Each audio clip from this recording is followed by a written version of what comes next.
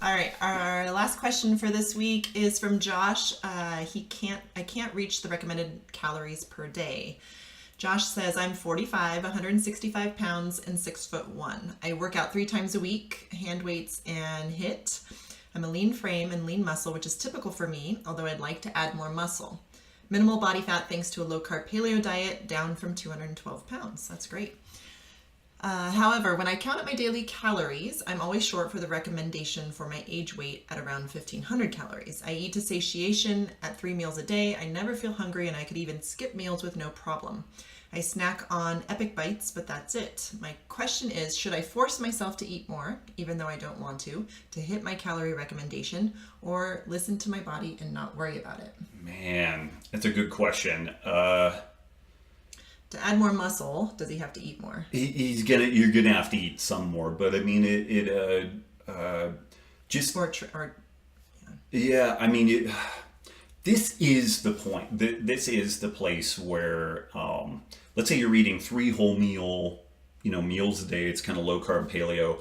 This is the spot where like a bulletproof coffee or a bunch of whole cream in coffee or something. This is where the liquid calories can be valuable, I remember when I was, we were both kind of into Olympic weightlifting, and I was trying to add some body weight, and this is where I would do 3 cans of coconut milk a day and do curries and just eat that whole thing. Now, it was a lot, and I definitely wasn't hungry very often and all that type of stuff, but each one of the cans of coconut milk alone was 1,000 calories. So I got 3,000 calories just in the background right there, plus the protein and fat and the veggies and whatever, little bits of fruit and stuff like that I was doing. So I was like 3,800 calories. More than that, it was like 4,200 calories now that I think about it. That's a thing. So, this is the place for like some liquid calories, adding some coconut oil or some butter or, more olive oil to the meals. Like, you just got to add more kind of liquid calories. This might be a case for adding more sweet potatoes or yams or something, because with a little more carbs, you tend to be a little hungrier. And so you have an opportunity to eat a bit more.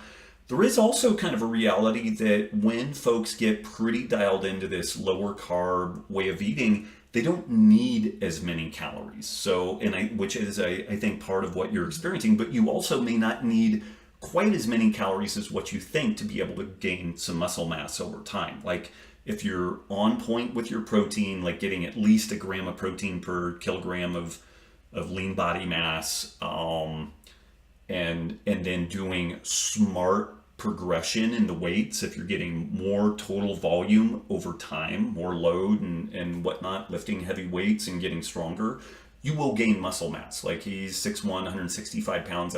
I'm 5'9" and 165, right, so like pretty skinny.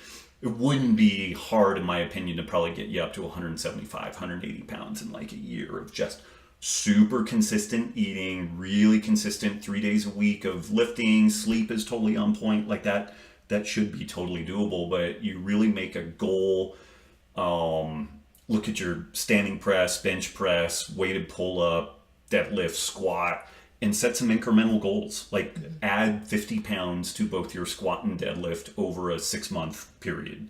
Add 25 pounds to your bench and your standing press over a 6-month period. Greg Glassman had kind of a saying like that. Like, get to where you could clean and jerk your body weight 21 times, do 40 dead hang pull-ups, blah, blah, blah, and then get back to me about what your physique is like. And it's kind of like, oh yeah, that's true. Like, this is, again, where the form follows function kind of deal, but you do need to fuel that activity.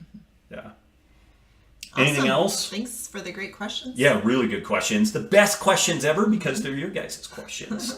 Check us out at Das Robb Wolf on Instagram, the YouTube page. And then, as always, robbwolf.com contact page to submit your questions for future episodes. And I think that's it. We'll be back with more contradictory information next time. We'll see you guys soon.